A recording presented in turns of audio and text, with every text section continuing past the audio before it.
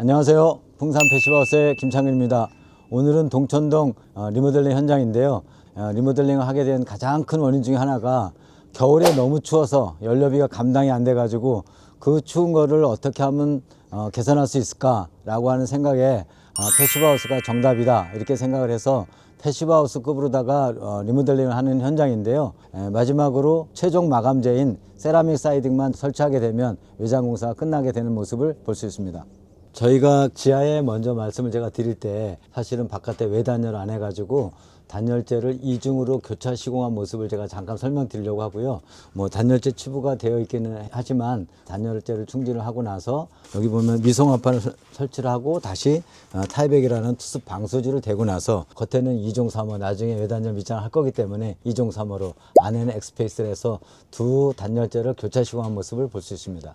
내부 주방과 식당 부분에 제가 와 있는데요. 이쪽에 보면 나중에 이제 식탁이 들어갈 자리거든요. 먼저 여기에 보면 베이창이 있었어요. 그 베이창 있는 부분은 먼저 제가 잠깐 말씀을 드린 대로 굉장히 오래되다 보니까 한 22년 이상 되다 보니까 베이창 부분이 약간 많이 썩어 있는 부분이 있어서 그쪽은 전부 다 철거를 하고 베이창을 없애고 다시 패시브하우스에서 인증받을 수 있는 0.8와트 이하의 창호를 베이창 없애고 설치했고요. 이쪽에는 이제 파티오 도어죠. 이 앞에 아직 데크 공사는 하고 있지 않은데 데크 공사를 하게 되면 이 파티오 도어를 바로 열고 밖으로 나갈 수 있는 그 주방 부분의 한 모습을 보여드렸습니다. 여기 주방의 한쪽 모습을 제가 볼 수 있는데 여기서 말씀드리고 싶은 거는 이쪽에 거실이 굉장히 넓은 부분이 있거든요. 그 부분에 중요한 이 부분을 먼저 여기에 여러 가지 칸이 있었었는데 요 비내력벽이 있는 경우에는 여기를 철거를 하고 내력벽 요 기둥은 그대로 놔둔 상태에서 저희가 요 끝에를 이렇게 아래로 돌려가지고 저희가 여기다가 건축주가 결정하셨던 그 랩핑 시트를 이렇게 감아놓은, 이렇게 아루 부분을 감아놓은 부분을 볼 수 있고요. 여기는 아루가 좀 약간 작지만 전체적인 큰 쪽에 보면 이쪽에 큰 아루가 잡혀져 있는 부분도 똑같이 조금 작은 쪽의 아루, 좀 더 큰 쪽의 아루에서 나중에 이렇게 매질을 줘가지고 마감한 모습을 볼 수 있습니다. 화장실의 방수한 모습을 잠깐 중간에 제가 말씀을 드리고 싶어가지고 공사 중이지만 잠깐 들어와서 제가 여러분하고 보여드리고 싶은데요. 이쪽에 보면 샤워부스가 있어가지고 이쪽에는 벽돌로 조적을 해가지고 위에 칸막이 하게끔 밑에 조적으로다가 하지 작업을 한 것을 볼 수 있고요. 매립선반을 아예 미리 저희가 제작을 해서 이렇게 삽입시켜 놓은 상태고요.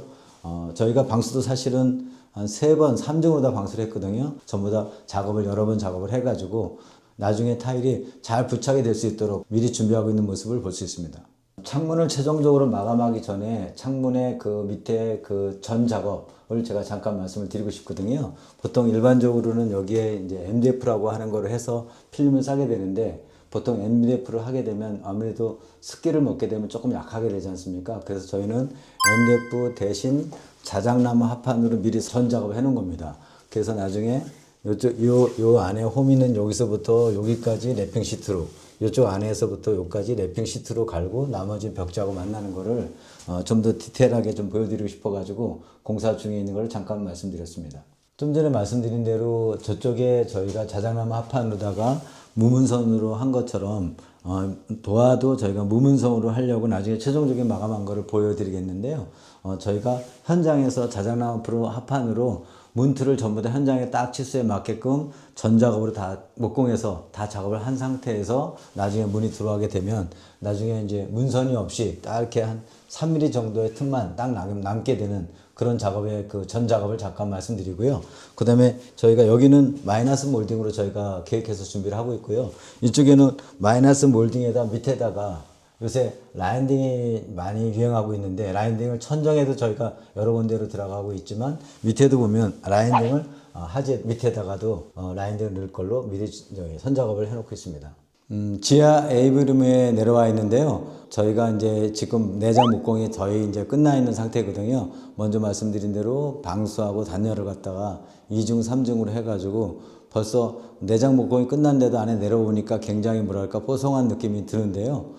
여기서 두 가지를 좀 말씀을 드리고 싶어요. 한 가지는 여기가 A브림이라고 보니까 첫 번째로는 굉장히 이렇게 선들이 좀 많이 나와 있는 거예요. 일반적으로 통상적으로 들어가는 선보다 좀 더 많은 그 인입된 선들이 많이 나와 있고요. 그 다음에 에비림을 하게 되면 사실은 조명이 또 제일 중요하지 않습니까? 조명을 우회 라인등을 이렇게 디귿자로 두 개 만들고요. 하부에도 이 좌측과 우측의 양쪽 길이 방향으로 길게 상부의 라인등과 하부의 라인등을 같이 맞춰가지고 여기에도 보면 깊이가 굉장히 깊죠. 한 10cm 정도로 깊이 파가지고 안쪽에도 라인딩을 넣고 그렇게 해서 나중에 다 완성이 되게 되면 이 라인딩의 효과가 어떻게 될지 나중에 한 번 더 보여드리도록 하겠습니다. 계단의 매입등하고 계단의 그 단차를 갖다 잠깐 말씀드리고 싶은데요. 리모델링 공사를 할 때 그 계단을 어떻게 할 거냐가 사실은 상당히 중요하죠. 계단을 갖다 사실 완전히 뜯고 새로 할 거냐, 있는 계단을 좀 더 보완해서 쓸 거냐, 이게 이제 상당히 중요한 것 중에 하나인데요. 저희는 제가 최초에 말씀을 드린 대로 있는 계단을 저희가 그대로 쓰기로 이제 결정을 하고 공사를 진행했고요. 그러다 보면 바닥의 방통의 두께하고 그 두께에 따라 가지고 첫 번째 계단이 약간 그 더 이렇게 계단폭이 일정하지 않고 약간 줄어드는 경향이 있지 않습니까? 그런 것들을 저는 계단 나눔이라고 해가지고 가능하면 전체적으로 오르내리면서 그 두께의 그 차이가 없게끔 똑같이 다 계단 나눔이라 해서 목공 작업을 선 작업 해놨고요. 그렇게 하면서 저희가 측면에 전부 다 계단등 매입 등을 이렇게 해놓은 것을 보실 수 있습니다. 계단 유리 난간을 하기 위해서 전 작업을 제가 공사 중 모습을 잠깐 좀 보여드리고 싶어가지고 잠깐 말씀을 드리면, 저희가 자작나무 합판으로 유리 두께를 감안하고 두께하고 또 깊이를 감안해가지고, 깊이도 대략 보면은 한 10cm에서 한 15cm 정도의 깊이 파가지고 나중에 중간에 대봉 소봉이 필요 없이 그냥 유리 난간으로만 다 들어갈 수 있게끔 선 작업한 모습을 볼 수 있고요. 이렇게 선 작업을 해서 이 안에다 유립을 삽입을 해서 한다라고 하면 훨씬 더 유리로만 구성된 난간이기 때문에, 물론 강화유리죠. 나중에 실제로 사용하면서 쓰실 때 훨씬 더 개방감을 느낄 수 있다고 생각합니다.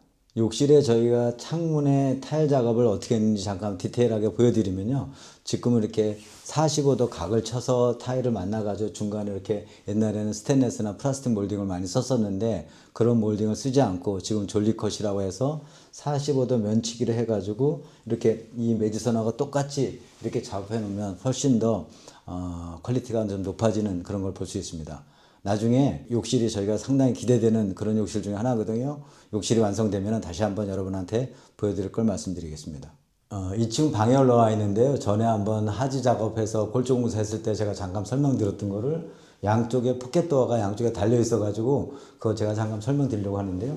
포켓도어가 양쪽에 우회를 라운드로 해 가지고 공사 중이지만 이렇게 양쪽으로 이렇게 달릴 수 있게끔 그렇게 되어 있는 모습을, 이쪽과 방을 하나로 쓰면서도 때로는 이걸 닫게 되면 이쪽하고 이쪽하고 약간 분리해서 쓸 수 있는 개념이죠. 한쪽은 공부, 한쪽은 침실, 이런 두 가지 개념을 괜찮은 컨셉이 나올 거다 이렇게 생각하고요. 마지막으로 완성된 모습을 또 보여드리도록 하겠습니다. 오늘은 여러분하고 같이 패시브급으로 저희가 리모델링하는 현장에서 여러분하고 외부의 모습과 내부의 공사 모습과 여러분하고 같이 쭉 한번 살펴봤고요. 어제 그제 눈이 좀 많이 오고 날씨가 추워가지고 아직도 눈이 녹지 않았죠. 북한집의 전망은 좋은데 사실은 북한집이 햇빛을 취득할 수 있는 양이 상당히 적어지기 때문에 겨울에는 굉장히 춥죠. 겨울에 추웠던 그 집이 패시브급으로 리모델링 하게 되면 어떻게 바뀌는지를 여러분과 같이 한 번 더 살펴보는 것을 말씀을 드리면서 마치겠습니다. 감사합니다.